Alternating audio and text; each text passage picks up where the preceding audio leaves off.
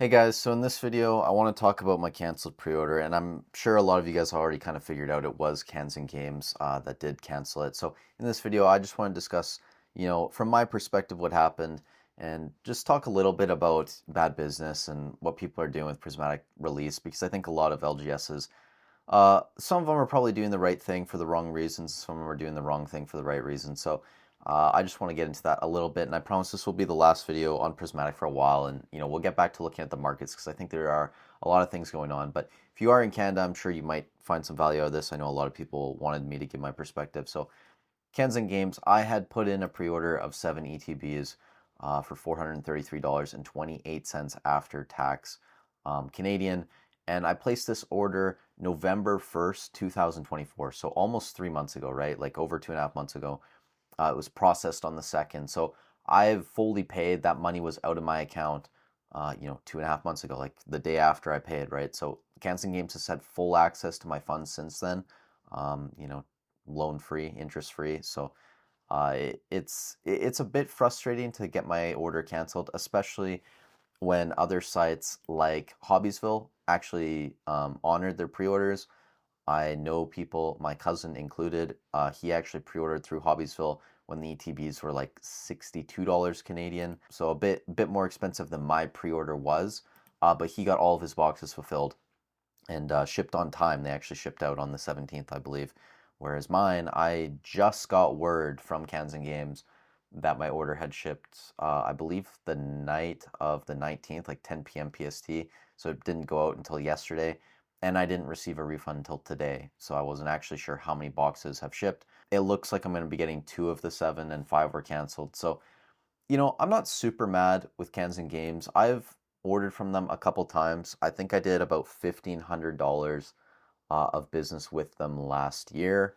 So not a huge amount, but that's probably just going to change, and I'm not really going to support them going forward. I would just much rather put that money towards a business that's actually going to honor my pre-orders.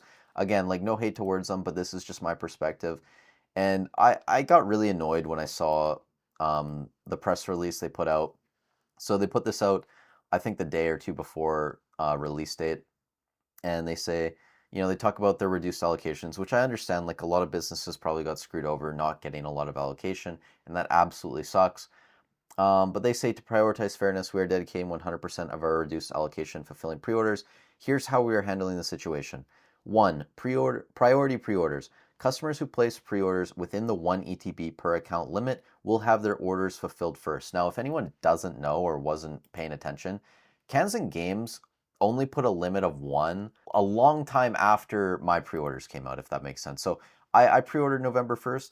They were still taking pre-orders in December and maybe even into January. I can't remember the exact date, but definitely in December, they had pre-orders of 1. And if you look at the price, they were taking pre-orders at $85 an ETB, whereas my pre-order price was $59. And, I'm not going to say they didn't know, but everyone in early December already knew that there was going to be problems with allocations around the set, and they continued to put up pre-orders for the ETBs and other products at increased prices over what I paid and what a lot of other people paid in the first wave of pre-orders. So to me, it just seems a bit scummy that you would continue to put out pre-orders at an increased price when you already probably knew that, because everyone else kind of already probably knew that there was going to be issues with allocation, right?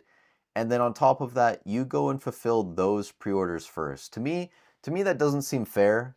I don't understand why you would fulfill pre-orders that were placed after other pre-orders, right? Like I paid, we already made a deal on product, but then you continued to take other orders from other people at an increased price, and you're apparently out of fairness fulfilling those first. To me, that just kind of seems like you guys trying to get as much money out of your product as possible. But again, like, most people won't think about it critically, and they just think that you're getting product into most people's hands, even though you're making way more money doing it. So it's kind of like kill two birds with one stone situation for you guys on a PR front. But I'm not going to be supporting Cans and Games going forward.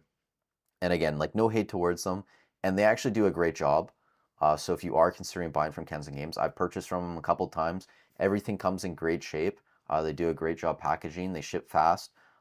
Maybe not for this release, but last year, like it would be the next day, product was going out. It always arrived in good condition. Again, like compared to a company like Hobbiesville, I know Hobbiesville is selling their product at a much higher price now, but if you place pre-orders with Hobbiesville, and I can confirm this, my cousin pre-ordered ETBs from Hobbiesville for about $62 Canadian. So again, it was like November 1st or 2nd when they put up their original wave of pre-orders. He got some of those boxes and they honored those, all of them. So, you know, uh, I in the future, like to me, it just seems logical, especially if I'm going to be paying up front and trying to lock in a price and not having access to my money. I would much rather go with a company that at least has a proven track record of honoring their pre-orders. Just because, it sucks to have my money tied up with a company that's just going to pull the rug on the last day. And, I don't have a receipt for this because the messages got deleted, but I did message Cans and Games back in probably like mid-December, early January. I can't remember exactly, but well before release date. And I asked them, straight up, is my order going to get canceled, right? Because I saw that they put a limit of one per customer. And I asked them at that point, are you going to cancel boxes outside of the limit one? And I was originally told no, and then after I was originally told no, they told me that they were going to fulfill all of it. They had talked to the boss or whatever, and it's just frustrating because I would have much rather them just say yes, we're going to cancel, and then given me back my money. I would have had no issues at that point, right? Because people were going through a time where a lot of these stores were trying to figure out how much allocation they were going to get, and I'm sure it was super stressful. And I would have understood that, especially if they got gypped on their allocations. But to just milk it until the final day, and then actually like 3 days after release, finally issue a refund on the product, to me that's just so annoying. I could have used that money in different ways, especially because in December we had 151 restocks on Walmart. I could have bought more booster bundles, but again, I didn't have that money in my budget at that time. Same thing with the prismatic ETBs through Walmart, right? I probably could have bought a few more when the pre-orders were up and I was actually having success buying those. I probably could have got more at that time. So it is just frustrating to me that they kind of waited until the last moment. For those reasons, I'm not going to be buying from them moving forward. It is what it is. I mean, if you guys want to support them, again, like they do a great job shipping. You get legit products, so on that front, like you're gonna get a good experience out of them. But just for my perspective, and based on bad business, in my opinion, I don't want to continue supporting them. But the other thing too, guys, is just LGSs in general around this release. This is just my opinion, so if you guys disagree, let me know in the comments down below. I just think it's so weird how people feel like they're owed product at MSRP now for some reason. It's really weird to me, like people getting upset that their LGSs want to sell product at market value, right?